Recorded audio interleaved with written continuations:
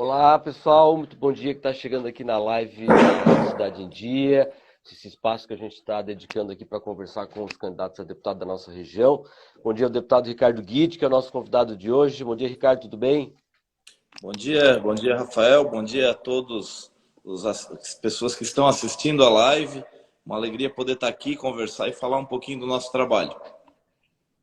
Pessoal chegando por aqui, a Roberta, a Rite, o Matheus, a Débora, o Jeff, todo mundo que está nos acompanhando aqui. Bom, Ricardo, esse espaço a gente está conversando com os candidatos a deputado. Alguns são novidade nesse cenário, outros já têm mandato, como é o teu caso, e de certa maneira, quem está aí disputando a reeleição tem algo já para relatar, né, para o eleitor, tem serviços prestados aí. O que tu poderia destacar assim que tu considera que foi um dos pontos altos desse teu primeiro mandato aí como deputado federal, Ricardo? Bom, eu acho que a gente tem vários pontos altos ao longo desse mandato, né? Eu podia destacar a lei do Plano de Transição Energética Justa, que é um projeto meu, né? Uma emenda de plenário, na verdade, que é um projeto dentro de um projeto que tratava do setor energético, e ele vai ser importantíssimo aqui para a região sul catarinense, né? Uma vez que ele garante a manutenção de 20 mil empregos do setor carbonífero, né? O que acaba impactando aí no sustento de cerca de 100 mil pessoas. Ele é fundamental para o sul catarinense, principalmente pela questão social, né, esses 20 mil empregos que eu falei, mas também para a economia de todo o sul catarinense, já que o setor carbonífero corresponde a 15% do PIB do sul do estado. Então você vê a importância da manutenção desse setor, né? Caso ele deixasse de existir de uma hora para outra, sem dúvida nenhuma, a região empobreceria muito e isso acabaria refletindo aí em praticamente todos os setores da economia do sul, né? Além da importância social e econômica, destacar também a importância ambiental, uma vez que o projeto prevê a recuperação das áreas degradadas até o ano de 2040, né? Então, para quem não conhece o setor, até a década de 90 se extraía o carvão sem os devidos cuidados com o meio ambiente, fato que não ocorre da década de 90 para cá, mas ficou um passivo ambiental para ser recuperado, que vem sendo recuperado, mas que se a atividade parasse de uma hora para outra, muita coisa ficaria pendente. Além dessa importância para o sul catarinense e para Santa Catarina, que eu julgo fundamental, também a importância energética, né? O carvão corresponde aí a mais de 30% do consumo de energia elétrica de toda Santa Catarina. E a energia termoelétrica é fundamental para manter o sistema elétrico de um país do tamanho do Brasil, que tem uma matriz principalmente hidrelétrica, né, que depende de chuvas. Então, em momentos que faltam chuvas no nosso país, que se fala em racionamento, a energia termoelétrica é fundamental para manter energia nos lares brasileiros e também nas nossas indústrias. Outra ação importante, né, a questão econômica, uma vez que dentre as termoelétricas, a mais barata é a termoelétrica gerada por carvão. Então, no ano passado, que teve dificuldade de energia por conta da falta das chuvas, né, a energia termoelétrica a carvão custou cerca de 10 vezes mais barato do que a termoelétrica a gás ou a termoelétrica a óleo diesel. Então, eu vejo, falando em ação legislativa, essa principal ação legislativa, uma ação que dá ao sul de Santa Catarina condições, né, de desenvolvimento que não aconteceria caso essa lei não tivesse sido aprovada. Então foi uma lei foi uma lei muito importante e uma lei que não foi fácil aprovar. Eu tive que pegar o projeto, ir atrás das lideranças, conversar com o presidente da Câmara, o presidente do Senado também, para que pudesse ser pautado, e a gente conseguiu aprovar essa lei em tempo recorde, né? E precisava ser assim, mas isso é fruto de muito trabalho, de muito compromisso, né? Acredito também por ter um relacionamento muito bom com outros parlamentares e o respeito dos outros parlamentares em relação ao nosso trabalho. Isso foi fundamental para que a gente pudesse mostrar a importância do projeto, não só para o sul catarinense, mas para todo o Brasil. Então eu acho que essa é a principal marca, né? Mas é claro que não fica só nisso, né? Desde o início do mandato, Ô, Ricardo, Oi. não, exatamente, é porque assim, claro que é difícil, a gente sabe o quanto que é difícil apresentar projeto até é a parte mais fácil, mas colocar ele em pauta, levar a votação, fazer com que ele entre lá nessa disputa que é no Congresso Nacional, de tanta gente tentando aprovar suas propostas, é por isso que ganha muita importância essa questão de ter aprovado esse projeto, que é o caso também do próprio Refis, né, que foi uma outra lei, um outro trabalho aí que você também conseguiu fazer, e que não somente esse da transição energética é algo que é muito importante para Santa Catarina, mas esse do Refis é um outro que acabou ganhando uma abrangência nacional também, né? Exatamente, o Refis foi pensado no início da pandemia, né? Quando existiu os lockdowns Brasil afora, né? Onde se fechou o comércio, muitos ramos de atividade ficaram com suas portas fechadas e naquele momento o governo falava muito na necessidade de oferecendo, né? De ofertar empréstimos, né? A juros mais baixos, com certeza.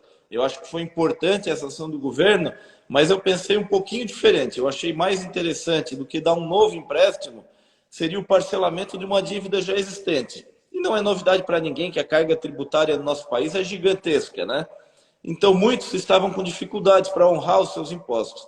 E naquele momento, eu fui o primeiro parlamentar do país, né, a levantar a necessidade de um refis para que, não só, na verdade, o nosso projeto era para pessoas jurídicas, mas também para as pessoas físicas, que pudessem parcelar os seus impostos, né, de forma a aliviar suas contas e com isso poder manter suas portas abertas e com isso manter milhares, talvez milhões de empregos, tão importante num momento de crise econômica que a gente estava vivenciando e ainda sofre os efeitos dela. Então também foi uma ação importante que a gente defendeu lá em Brasília, o projeto caminhou bastante, né? Acabou não sendo aprovado, mas o governo acabou editando através de decreto uma transação tributária que acaba atendendo essa necessidade, não exatamente da forma que a gente tinha pensado, mas a importância de ter sido o primeiro a levantar esse assunto. Na época foi notícia em todo o país, de entrevistas a jornais e TVs de abrangência nacional falando do assunto, e foi fundamental esse trabalho para que isso se tornasse realidade. Mesmo que por ação do governo, né, por ação outros projetos que acabaram caminhando depois e que acabaram vindo do Senado e caminharam mais rápido, mas fundamental levantar essa bandeira e essa necessidade naquele momento. Acho que foi uma outra ação importante, né? E destacar também o que eu vejo, o cuidado com os municípios, né? No nosso país, infelizmente, a gente tem um pacto federativo onde a maior parte dos impostos vão a Brasília, né? Cerca de 65%, sendo que a menor parte fica no município, por volta de 15%. E a gente fez um trabalho muito forte no sentido de trazer recursos para os municípios catarinenses, né? Não é raro, aqui no sul, praticamente em todos, mas fora do sul do estado, também em muitos municípios, eu ouço dos prefeitos que o deputado federal que mais trouxe recursos para o seu município foi o deputado federal Ricardo Guide. Então, defendendo a linha do municipalismo, porque eu entendo que as principais ações que mexem na vida das pessoas acontecem no município, são ações que partem das prefeituras, né?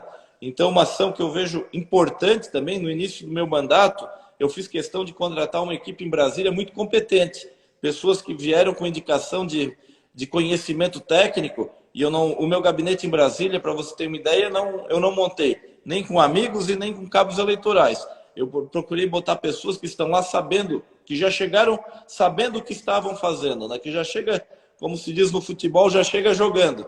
E eu acredito que por conta disso o nosso trabalho rendeu muitos frutos para a maioria dos municípios do nosso estado e em destaque para os do sul do estado. Bom, Ricardo, o que você considera aí que também para um próximo mandato, que são temas importantes e que precisam ser discutidos, né, e levados adiante aí pela representação da bancada federal catarinense? Bom, no início desse mandato que a gente ainda está trabalhando, né, no início lá de 2019, eu tinha duas preocupações muito grandes que eu elenquei como prioridades no mandato. Uma, a questão do carvão, né, porque já era previsto que a gente teria no máximo até 2027 por força de lei, mas ali a partir de 2025 o setor já começaria a diminuir né? Então tinha uma preocupação muito grande de aprovar legislação que garantisse a continuidade da indústria carbonífera, né, para a nossa região. Então essa era uma prioridade. A outra prioridade era a Serra da Rocinha. E desde o primeiro mês de trabalho, eu estive com o ministro Tarcísio, né, diversas vezes tratando desse assunto.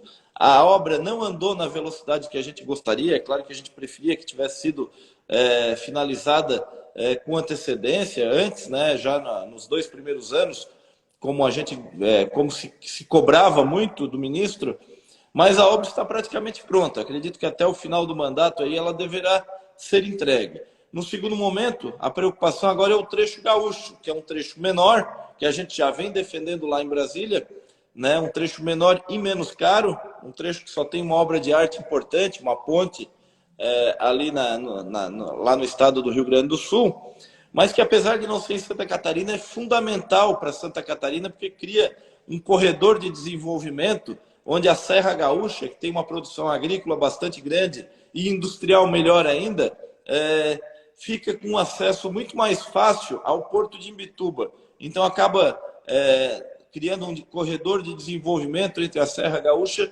e o Porto de Imbituba, melhorando o movimento no porto, né, dando mais competitividade também aos produtos do Rio Grande do Sul, né, e do Brasil, né, e sem dúvida nenhuma vai criar um corredor ao longo dessa rodovia, onde deverá ser gerado inúmeras oportunidades, novos negócios, empregos tão importantes, né? O trecho catarinense já é muito importante. Ele já garante aí conforto para todos que vivem por ali, né? A parte da subida e descida da serra já está aí praticamente pronta, né?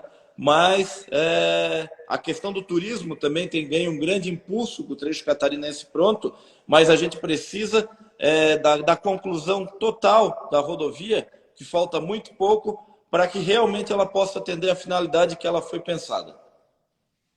Até sobre esse tema, Ricardo, o orçamento de novo para 2023 não veio aí com muito dinheiro destinado para 285. A gente já no ano passado discutiu muito isso, aí estamos aí em 2022, ela não vai terminar. Essa questão de orçamento, se consegue colocar o dinheiro necessário para terminar essa obra definitivamente, pelo menos esse trecho aqui de Santa Catarina no ano que vem?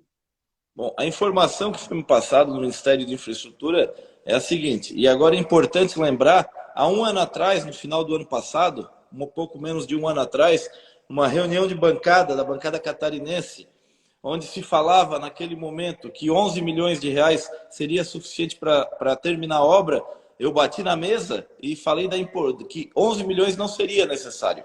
E não seria, aliás, não seria suficiente. E naquele momento a gente entrou em contato com o DENIT, que garantiu que com 27 milhões de reais seria terminada a obra.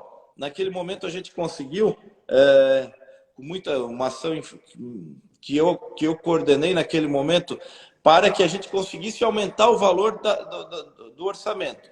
E foi garantido 27 milhões para a finalização dessa obra.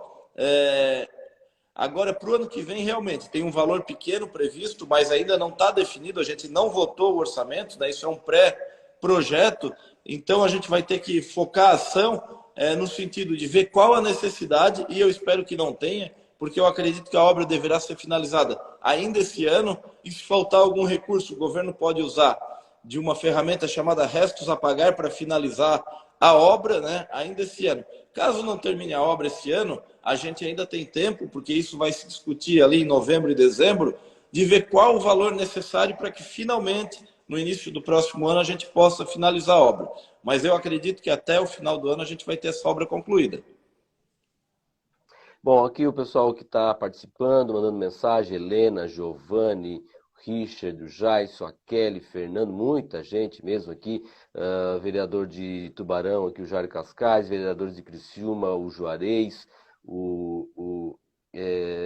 também aqui teve mais um que eu consigo achar aqui a mensagem aqui, mas muita gente mandando mensagem. A gente tem falado muito na questão da representação regional, né, na renovação dessa representação, na manutenção dessa renovação, né, Ricardo?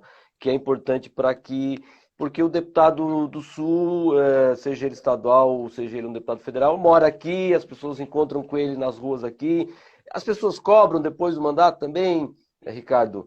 Porque a gente tem falado nisso, né? Olha, tem que se é para votar em gente daqui, mas também depois é para cobrar, né? Porque a gente consegue ter esse contato, essa conversa. Você sentiu cobrança? Sente que as pessoas acompanham as realizações do mandato? Ah, com certeza sim, né? E eu gosto muito de estar próximo das pessoas, né? Eu passo, quando eu não estou em Brasília, eu fico em Brasília nos dias que é necessário, né? De terça a quinta, nos dias que tem plenário, mas eu já venho vindo na quinta, eu fico até a segunda visitando o estado de Santa Catarina, sou muito presente, gosto de ouvir as pessoas, né? As necessidades, e é assim que a gente acha também a melhor forma de contribuir, através das nossas emendas, é conhecendo os problemas, né? Eu sempre que recebo uma solicitação lá em Brasília de algum prefeito, eu sempre falo, eu vou visitar o seu município porque eu preciso conhecê-lo melhor. E ao mesmo tempo a gente está sempre muito presente nos municípios que a gente já tem um trabalho desenvolvido. Sempre que eu recebo uma entidade também, eu faço questão de visitar a entidade para ver o serviço que ela presta, para que a gente coloque o recurso que é tão importante, tão necessário, né? Mas que infelizmente ele é finito, né? A gente tem que usar ele da melhor maneira possível. Então, por isso que eu gosto muito de estar caminhando junto das pessoas, de estar visitando os municípios, visitando as entidades. Isso eu faço por toda Santa Catarina. Com enfoque, claro, aqui na região que a gente mora, está mais perto da gente, né? Mas a gente faz um trabalho aí bastante intenso ao longo do mandato, e acredito que por conta de muito trabalho, de muito envolvimento, né, de muita dedicação, a gente chega a essa eleição numa situação muito positiva, né? A gente tem recebido mensagens aí de todo o nosso estado, né, falando da importância do nosso trabalho, né, de como a gente tem sido importante em vários municípios, e eu acredito que isso, sem dúvida nenhuma, nos enche de alegria, né, porque mostra que o trabalho realizado nesses 3 anos e meio do mandato surtiu muito efeito em muitos lugares, né? Tem gente que pensa que ganhar uma eleição é ganhar um prêmio. Eu acredito que a gente ganha uma oportunidade de trabalhar e mostrar para todos aqueles que acreditaram na gente, né, que escolheram a gente, que valeu a pena. Valeu a pena. Aquele voto trouxe melhoria na vida das pessoas, o voto depositado fez diferença na vida das pessoas. Porque se for para chegar no final do mandato e não ver resultado do mandato, não faz sentido a gente estar na vida pública. Deveria procurar uma outra área, né, para trabalhar. Se a pessoa não faz política com vontade de servir, de ser útil às pessoas, né, com dedicação, sem dúvida nenhuma, o mandato não tem valor nenhum. Ô, Ricardo, em comparação com 2018, o que dá para avaliar de diferença para essa campanha? Está mais polarizado do que em 2018? O eleitor também tem cobrado um lado do Ricardo Guide sobre a eleição nacional? Não, o nosso lado é muito claro, né? Desde o início do mandato, a gente vem dando apoio ao presidente Bolsonaro na Câmara dos Deputados e vai apoiar o presidente ao longo dessa caminhada, né?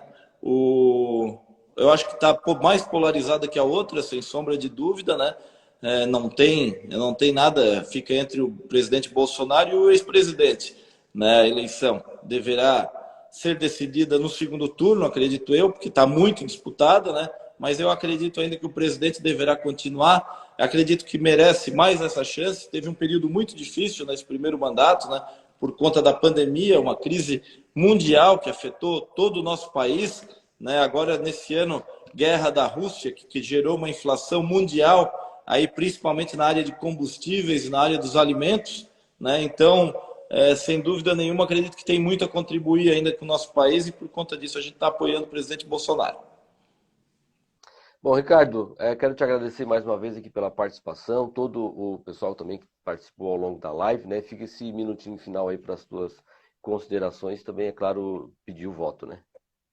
Eu que agradeço, Rafael, a oportunidade de falar um pouco do nosso trabalho. Uma pena que passa tão rápido, mas eu acredito que isso é porque a gente tem muito o que contar também. A gente teve 3 anos e meio de muito trabalho, muita dedicação da nossa equipe, do deputado Ricardo Guide, né? E eu entendo que a gente chegou aí um pouco mais da metade do último ano do mandato, com muito resultado entregue para Santa Catarina, com muito trabalho, pensando no futuro do nosso país, no desenvolvimento, no Brasil mais sustentável, um Brasil mais eficiente, né? com mais geração de emprego, de renda. É isso que pauta a nossa atuação lá em Brasília, né? Um Brasil que possa ter desenvolvimento econômico e social, e é isso que a gente vem trabalhando. Claro que sempre defendendo os interesses do sul de Santa Catarina, né? Que é o estado que nos elege e é o estado aí que a gente tanto ama, né? Sempre preocupado com as ações de interesse aqui da região que a gente vive, e o plano de transição energética, que garantiu mais de 20 mil empregos, é uma grande marca desse mandato e muito importante, era uma preocupação que já vinha há anos. Quando eu ainda não era deputado, eu já tinha essa preocupação por reconhecer a importância do setor para toda a região e o baque que seria caso o setor deixasse de existir de uma hora para outra. Então, acredito que no segundo mandato a gente pode colher muitos mais frutos aqui para Santa Catarina, muito mais frutos para o nosso país, e é por isso que, mais uma vez, eu sou candidato a deputado federal. Esse primeiro mandato foi um momento de muito trabalho, mas também de muita aprendizagem. E eu acredito que o mandato que está por vir vai ser um trabalho onde a gente vai colher muitos frutos e vamos ter um momento melhor da economia do nosso país, o que vai ser bom para todos e vai ser importante. A região está bem representada lá em Brasília, Santa Catarina está bem representada em Brasília. E é por isso que eu sou candidato a deputado federal mais uma vez, Ricardo Guide, número 5511. Peço o voto e o apoio de todos para continuar trabalhando muito por Santa Catarina e pelo Brasil. Um forte abraço a todos e, mais uma vez, obrigado a oportunidade e agradeço também a todos que ficaram acompanhando essa live aí, conhecendo um pouquinho mais do que a gente vem fazendo lá em Brasília. Valeu, gente. Valeu, obrigado mais uma vez, Ricardo. Quem não acompanhou desde o início, a live fica disponível aqui no nosso perfil do Instagram e também daqui a pouquinho vai estar no canal do YouTube também para poder acompanhar. Mais uma vez, Ricardo, obrigado, sucesso na tua caminhada, até a próxima oportunidade, viu? Um abraço, tchau. Obrigado. Valeu, um abraço, Rafael. Um abraço.